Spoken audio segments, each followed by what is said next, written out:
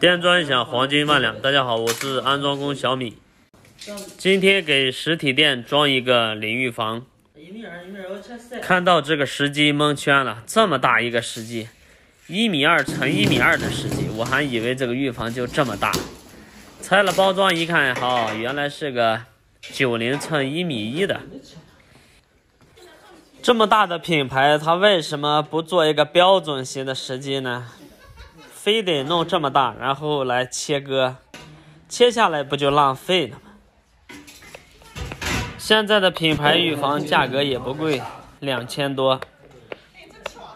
以后我们完全没必要买杂牌了，就买品牌的吧。这个价格真心的不贵。不过安装起来是比较繁琐的。像这种玻璃和这个边框它是连在一起的话，像这种组装必须得2个人，得有1个人搭把手。像这种情况的话，1个人没法搞。之前也装过，装的时候比较费劲，还得靠着墙一块一块组起来。现在装那些杂牌的浴房，他们做的结构相对比较简单，装一套的话1个多小时就装完了。像这种的话，装一下几乎就在2个小时左右了。品牌的浴房相对小东西多一些吧，它这边的设计的比较繁琐，相对每一个细节还都要把握好。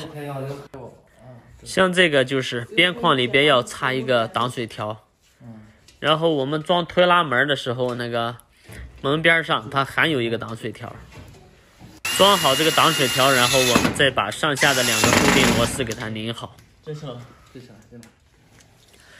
比如说有时候我们接触到一个新东西来安装的话，你摸索的去装，等你装完了以后发现，哇，这是啥？这哪儿的？剩好多东西不知道装到哪里去。像箭牌有一款浴房，之前安装过，它2块固定玻璃都有上下的那个衬条，稍不注意的话，等你装完了才发现，哎呀，这个条没有装。由于这个实机呢它比较长，组装好框架以后放上去，确定好位置，然后把多余的给它切割掉。我小店橱窗里面这个切割片呢卖的比较火爆，你们有兴趣的呢可以看一看。切割实机、切割食材台面、石英石了，还有马桶的 PVC 管了，偶尔还切点木头了都可以，用起来比较方便。实机确定好安装位置呢，我们要测量一下它是否平行。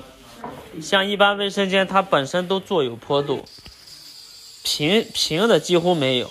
像这个的话相差1公分多，把高出来这1公分呢我们就把它切掉。有句老话说得好，就是我们盖房子一定要把地基给它做好了。其实一样的道理，装浴房一定要把这个实机给它做好。实机调水平了，这个浴房整体装出来没有任何的毛病。如果这个实机不平的话，这个浴房装出来以后，不是门缝对不上，就是整体玻璃变形，关门的时候门与门之间会错位等等的小毛病。所以说哪怕多花点时间，一定要把这个实机做好。刚才的王老板估计是有人找他约会，找小姑娘约会去了，撒花的就跑了。业主大哥毫不含糊，来，你说抬就抬，你说搬就搬，我给你打下手。有这么好的业主，咱还说啥？把活干好，就是对大哥最好的回报。我现在插的这个边框呢，其实就是和墙体固定的这一个边框，它这个有3个固定孔位。边框平行于瓷砖的缝隙，然后我们做好标记，打孔。像这种地砖上墙的，我们打孔必须用玻璃砖头，然后加水去打。像这个孔呢，打孔太费劲，又费砖头是又费劲啊。用玻璃砖头把这个全瓷砖打破，打破了以后，我们再用3角砖头来加深。这6个孔打好以后，30块钱已经拿下了。我们干到这一步的时候，其实这个活呢也就完成了一大半，剩下的相对就没那么难了。评论区有师傅问我说：“你这个劈头上面套了一个磁力圈，平时老不见你用呀？”但是这个东西平时是不用，但用的时候咱必须得有。这个有弹簧的，有这个暗的带弹簧的这个。装预防的时候，这个滑轮一定要装在下边，这个不要搞反了。这个可不是上边的，看到吗？就是这个带弹簧的。上一次我去给一个业主维修预防的时候，就是这个情况。他把带弹簧的竟然装到上边了，然后这个门你想吧，怎么能关得严？它就关不严。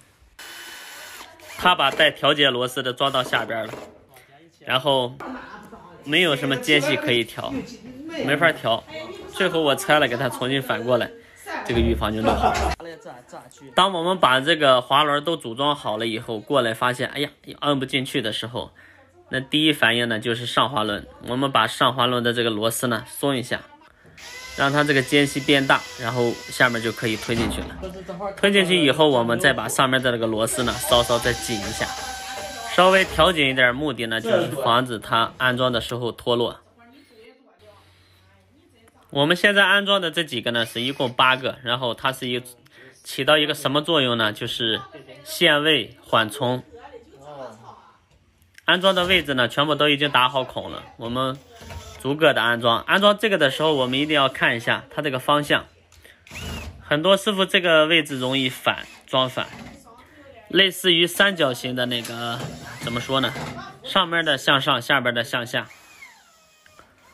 安装把手的时候呢，就是拧螺丝的这个孔位呢，装在玉石的里边，这样直观的看是比较美观的。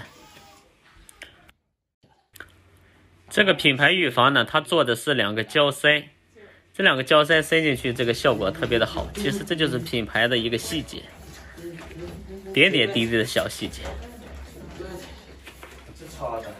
然后这个门上呢，我们装上这个磁条，还有就是挡水条，这样的话基本就成型了。当然这个门呢是要多次的调节，把它这个角度呢调到最合适。调节这个门的角度呢，其实就是这个吊门上面的2个螺丝前后拧吧，就调这2个螺丝，2个门4个螺丝，你去找那个感觉。调个几次以后，你就把这个技巧掌握了。看到这个扣条可不要扔啊，这个扣条就是分那个螺丝孔位的，这个装出来就是遮丑的吧，美观一点。安装最后一步呢，我们就是打胶，清理地面，把这个玻璃胶给它打上。打这个胶最好用一些透明的玻璃胶，这样打出来比较美观。前期我们把实际切割好和地的这个缝隙间隙就比较小，然后我们在打胶的时候就比较好打，然后也比较省胶，特别的省胶，一个预防打下来完全用不到1桶玻璃胶。好了，本期视频就拍到这里了，观看米师傅后期更多精彩视频，点个关注支持下，拜拜。